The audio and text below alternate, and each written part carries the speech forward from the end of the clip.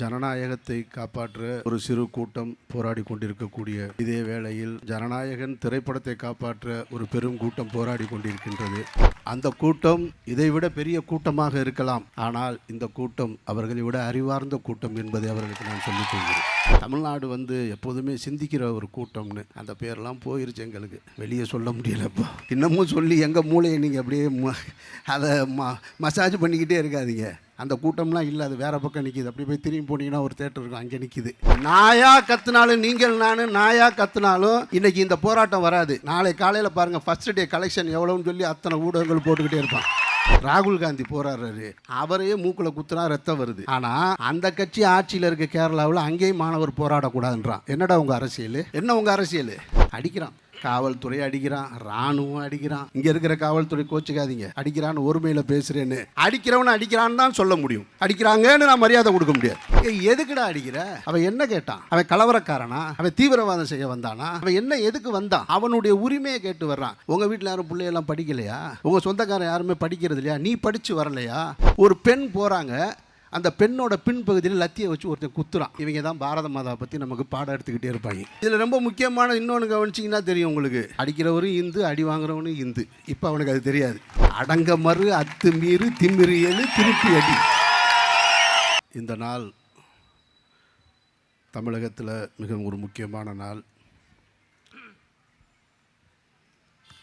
ஜனநாயகத்தை காப்பாற்ற ஒரு சிறு கூட்டம் போராடி கொண்டிருக்கக்கூடிய இதே வேளையில் ஜனநாயகன் திரைப்படத்தை காப்பாற்ற ஒரு பெரும் கூட்டம் போராடி கொண்டிருக்கின்றது.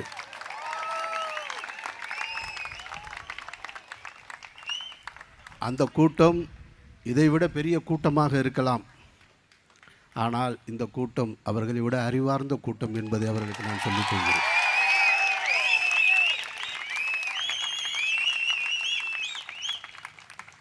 எனக்கு முன்னே பேசி சென்ற அன்பு சகோதரி ரேவதி சொன்னாங்க, நீட்டு பற்றி எனக்கு எந்த நாலேஜும் கிடையாது, ஆனால் நான் சப்போர்ட் பண்ண வந்தேன்னு. கொண்டு வந்தவனுக்கு மட்டும் நாலேஜ் இருந்துச்சா என்ன? அவனுக்கு மட்டும் நாலேஜ் இருந்துச்சா? அவனுக்கும் நாலேஜ் இல்லை. நம்ம மக்கள் நல்லா இருக்கணுன்ற சிந்தனை இருந்தால் போதும். அந்த சிந்தனை தான் இங்கே எல்லாரையும் ஒன்று சேர்த்துருக்கிறதா நான் பார்க்குறேன். நான் 10 ஆண்டுகளாக போராடிக்கிட்டு இருக்கோம் இந்த நீட்டுக்கு எதிராக. நீட்டு வருவதற்கு முன்னாலேயே சென்னை ப்ரெஸ் கிளப்பில் நான், வெற்றிமாறன், இன்னும் சில எல்லாரும், திருமுருகன் காந்தி உள்ளிட்ட எல்லாரும் சேர்ந்து பேசணும். எங்கள் வீட்டு பிள்ளை நீட்டு இப்போ டாக்டருக்கு படிக்க போகிறதில்லடா, உங்கள் வீட்டு பிள்ளைய தான் படிக்க போகுது, நான்லாம் கடந்து வந்துட்டேன், நான் படிக்கலை அப்படின்னு அன்றைக்கு அந்த பத்திரிகையாளர்களை பார்த்து சொன்னோம், அடுத்த தலைமுறையை பார்த்து சொன்னோம். உங்களுக்கு தான் சிக்கல் வரப்போகுதுன்னு. அதை யார் காது கொடுத்து கேட்டாங்கன்னு தெரில. அனிதாவின் மரணத்தில் தொடங்கின அந்த ஓலம் இன்றைக்கு வரைக்கும் நிற்கவே இல்லை. இதில் ரொம்ப முக்கியமானது என்னென்னா, இந்த நீட்டை கொண்டு வராமல் நாங்கள் பார்த்துப்போம், எங்ககிட்ட அதுக்கான ரகசியம் இருக்குதுன்னு சிலர் சொல்லுவாங்க. அவங்களும் கொண்டு வர மாட்டாங்க. அவங்களும் ஆண்டு முடிச்சுட்டு போயிடுவாங்க. கடைசி வரைக்கும் அந்த ரகசியத்தை சொல்லவும் மாட்டாங்க. அந்த தடைக்கான வழியும் இல்லை.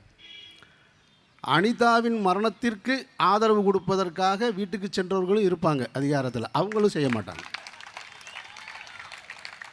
இது ரொம்ப முக்கியமாக கவனிக்கணும். நீங்கள் இந்த ஆட்சியாளர்கள் இந்த நீட்டுக்கு எதிராக ஒரு நிலையை கொண்டு வருவாங்க அப்படின்னு நம்பிக்கிட்டு இருக்கிறது, அது ஒரு ஏமாற்று வேலை. அது எந்த அரசும் செய்யாது, எந்த கட்சியும் செய்யாதுன்றதில் நான் ஆழமாக நம்புகிறேன். நான் இவர்கள் உண்மையிலேயே நீட்டுக்கு எதிரான போராட்டம், இன்றைக்கு டெல்லியில் போராடி கொண்டிருக்கக்கூடிய மாணவர்களுக்கு ஆதரவாக நிற்கணும்னு நினச்சா, தமிழ்நாட்டில் அதிகாரத்துக்கு வரணும்னு நினச்சிக்கிட்டு இருக்கிற கட்சியும் வந்த கட்சியும் அத்தனை பேரும் ஒன்று சேர்ந்தால் முடியும்.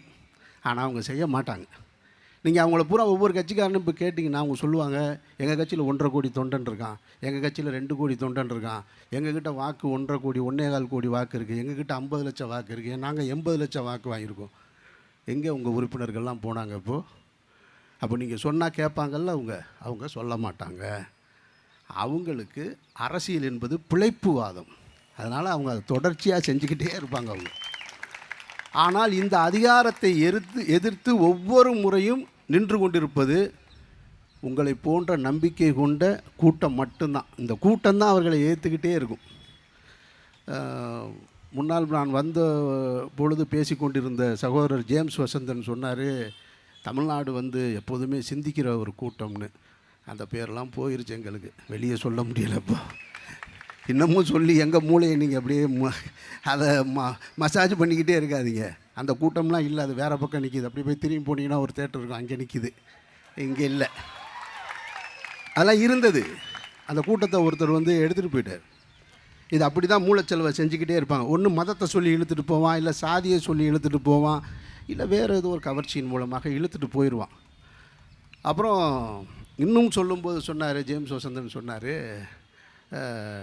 நாங்கள் வந்து வன்முறையை கையில் எடுக்க மாட்டோம் அப்படின்னு. இதுதான் ஆபத்து. உங்களை நீங்களே சாத்வீக முறையில் நாங்கள் ரொம்ப நல்லவங்க நல்லவங்க நல்லவங்கன்னு எவ்வளோ நாளைக்கு சொல்லி ஏமாற்றுவீங்க? அடுத்த தலைமுறை சேர்த்து ஏமாற்றுவீங்களா? அதாவது என் வீட்டுக்குள்ளே கருணாக வந்து அடித்தா கூட, கடிக்கும்போது நான் அடித்தா கூட அதை வன்முறைன்னு சொல்லி தர்றீங்க பாருங்கள், அது ரொம்ப ஆபத்துன்னு நான் நினைக்கிறேன். நான் அடங்க மறு அத்து மீறு திமிரு எழு திருப்பி அடி.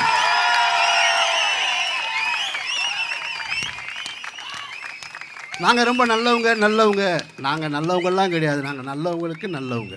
போராட்ட காலத்தில் எங்களை விட போராடுவதற்கு யாரும் கிடையாது. இன்றைக்கு நடந்துக்கிட்டு இருக்கிற அந்த டெல்லியில் நடந்துக்கிட்டு இருக்க அந்த கொடுமைகளை பார்க்கும்போது அடிக்கிறான், காவல்துறை அடிக்கிறான், இராணுவம் அடிக்கிறான். இங்கே இருக்கிற காவல்துறை கோச்சிக்காதீங்க, அடிக்கிறான்னு ஒருமையில் பேசுகிறேன்னு. அடிக்கிறவனை அடிக்கிறான்னு தான் சொல்ல முடியும், அடிக்கிறாங்கன்னு நான் மரியாதை கொடுக்க முடியாது. எதுக்குடா அடிக்கிற? அவன் என்ன கேட்டான்? அவன் கலவரக்காரனா? அவன் தீவிரவாதம் செய்ய வந்தானா? அவன் என்ன எதுக்கு வந்தான்? அவனுடைய உரிமையை கேட்டு வர்றான். உங்கள் வீட்டில் யாரும் பிள்ளையெல்லாம் படிக்கலையா? உங்கள் சொந்தக்காரன் யாருமே படிக்கிறது இல்லையா? நீ படித்து வரலையா?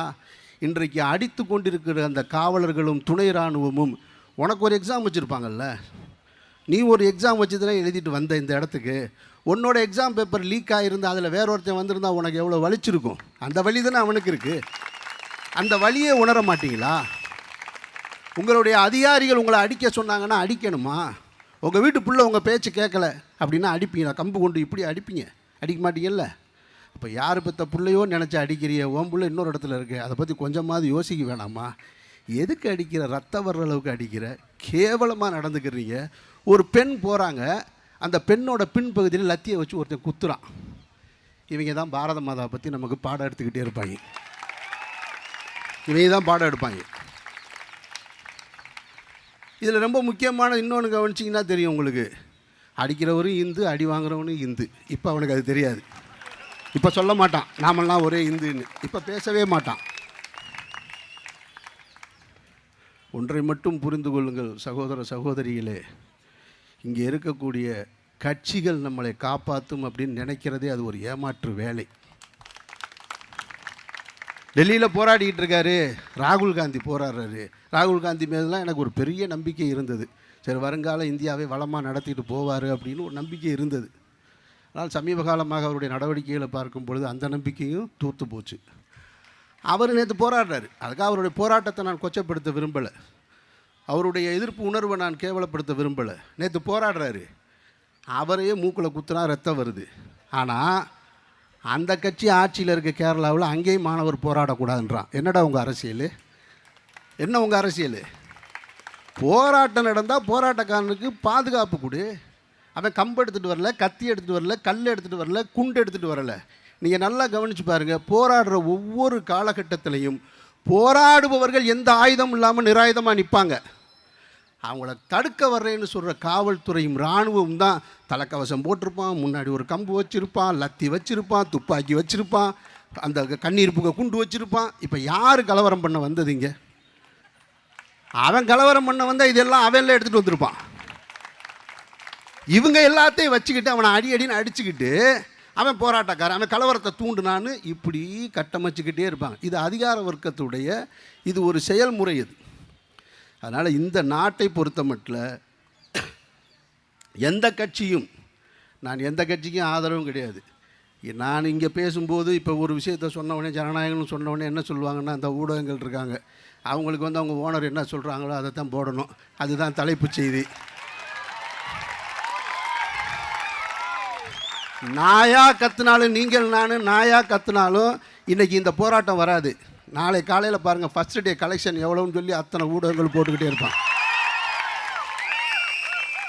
இது அவங்க பிள்ளைகளுக்கு அவங்க செய்கிற துரோகம்ன்றதே தெரியாமல் செய்வாங்க. அப்படி தெரியாமல் செய்வாங்க. எனக்கு அதிகாரி சொல்கிறான், என் ஓனர் சொல்கிறான், என்னுடைய மேலதிகாரி சொல்கிறான். நீங்கள் எப்போ சிந்திப்பீங்க? நீங்கள் எப்போ சிந்திப்பீங்க? யாருக்காக போகிறாரு? இங்கே இருக்க யாராவது நீட் எழுத போகிறாங்களா? இனிமேல் மன்சூர் அலிகான் நீட் எழுதி டாக்டராக போகிறாரா? யார் எழுத போகிறா? உங்கள் பிள்ளைய எழுத போகுது. அது நீங்கள் யோசிக்கணும். நீங்கள் காவல்துறை நண்பர்களுக்கு சொல்கிறேன், எனக்கு மூத்தவங்க இருப்பீங்க, என் வயதை ஒத்தவங்க இருப்பீங்க. நீங்களையே நாளைக்கு ஒரு போராட்டம், ஒரு வலுப்பெறுகிற சூழல் வந்தால் உங்களை அதிகாரியில் அடிக்க சொன்னால் அடிக்காதீங்க. எதுக்கு அடிக்கிறீங்க? மாணவர்களை எதுக்கு அடிக்கிறீங்க? உங்களால் ஒரு அரசியல்வாதி அடிக்க முடியுதா? ஒரு நாளாவது அடிச்சிருக்கீங்களா? நீங்கள் ஒரு இதுவரைக்கும் ஏதாவது ஒரு எம்எல்ஏ, எம்பி, மந்திரி மண்டை உடைஞ்சு போய் பார்த்துருக்கீங்களா? நீங்கள் அடிச்சிருக்கீங்களா? அது என்னடா எப்போ பார்த்தாலும் எளியவனை மட்டுமே அடிக்கிறதுக்கு தான் லத்தி கொடுத்துருக்காங்களா? அதுக்கு தான் சட்டம் உங்களுக்கு வந்திருக்கா? அதுக்கு தான் உங்களுக்கு காவல்துறையில் இந்த பொறுப்பு கொடுக்கப்பட்டிருக்கா? அடிக்காதீங்க. அவன்கிட்ட அன்பாக பேசுங்க, தடுத்து நிறுத்துங்க. போராடு என்பது இந்த நாட்டில் ஜனநாயக உரிமை. அவனுக்கு அதை நீங்கள் கொடுக்கணும். அந்த உரிமை பாதுகாப்பு கொடுக்கணும். மத விழாக்கள் நடந்தால் பாதுகாப்பு கொடுக்குற, சாமி ஊர்வலம் போனால் கொடுக்குற, சாதி ஊர்வலம் போனால் கொடுக்குற, போராட்டம் நடத்துகிறவனுக்கு பாதுகாப்பு கொடுக்க வேண்டியது கடமை. அவனையே அடிக்கிற. அன்பார்ந்த சகோதரர்களே, இந்த எழுச்சியும் இந்த சிந்தனையும் தான் நம்முடைய அடுத்த தலைமுறை மீட்குமே தவிர ஜனநாயகத்தை காப்பாற்ற நீங்கள் எங்களோட இருங்கன்னு தான் உங்ககிட்ட கேட்கும். ஜனநாயகத்தை காப்பாற்ற நீங்கள் எங்களோட இருங்கன்னு தான் உங்ககிட்ட கேட்கும். உடனே இதை விஜய்க்கு எதிராக திருப்பி விட்டார். அமீர் விஜய்க்கு எதிராக பேச்சு. இந்த ஹெட்லைன் அது ஒரு தம்ப்லைன் ரெடி பண்ணியிருப்பாங்க. நான் யாருக்கு எதிரானவன் கிடையாது. அராஜகம் செய்கின்ற, அநீதி செய்கின்ற அரசுக்கு என்றைக்குமே எதிரானவன், மக்களுக்கு ஆதரவானவன். அந்த அடிப்படையில் தான் இந்த கூட்டத்தில் கலந்துருக்கு. வாழ்த்துக்கள். இதை நடத்தின அத்தனை சகோதரர்களுக்கும் ஜெய் பீம், அல்லாஹு அக்பர்.